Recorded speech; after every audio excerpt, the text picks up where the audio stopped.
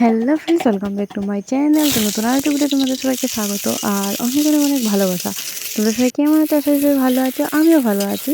তো চলো দেখো, আরেকটা নতুন রেসিপি ভিডিও নিয়ে আসলাম। তো আজকে আমি রান্না করবো বাঁশকরুল দিয়ে, শিকল দিয়ে। তো দেখো, এদিকে আমি পেঁয়াজ কুচি, রসুন কুচি একসাথেই দিয়ে দিয়েছি। দিয়ে আমি হালকা ভাজি করে নিয়েছি পেঁয়াজ আর রসুন একসাথে দিয়ে আমি এখন বাঁশকরুলগুলোও দিয়ে দিয়েছি।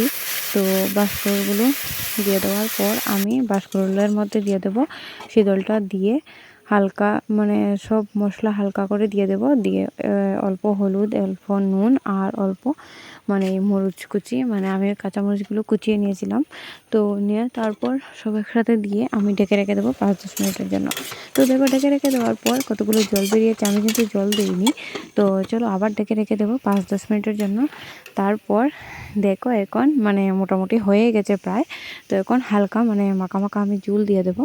বেশি ঝোল দেবো না, কারণ বেশি ঝোল দিলে এটা খেতে ভালো লাগবে না। তো এদিকে দেখো, আমি বাঁশকরুলগুলো দেখছি সিদ্ধ হয়ে গেছে কিনা। দেখলাম সিদ্ধ হয়ে গেছে। তো আর ডাকতে হবে না, এবার আমি হালকা করে জল দিয়ে দেব।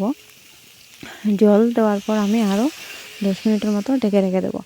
তো চলো ভিডিওটা দেখতে থাকো। আর যদি তোমাদের ভিডিওটা ভালো লেগে থাকে তো প্লিজ লাইক, শেয়ার, কমেন্ট করে দিও। আর যারা এখনো চ্যানেলটি সাবস্ক্রাইব করোনি তো প্লিজ আমার চ্যানেলটাকে সবাই সাবস্ক্রাইব করে দিও। আর ভিডিওটা দেখতে থাকো, অবশ্যই তোমাদের ভালো লাগবে।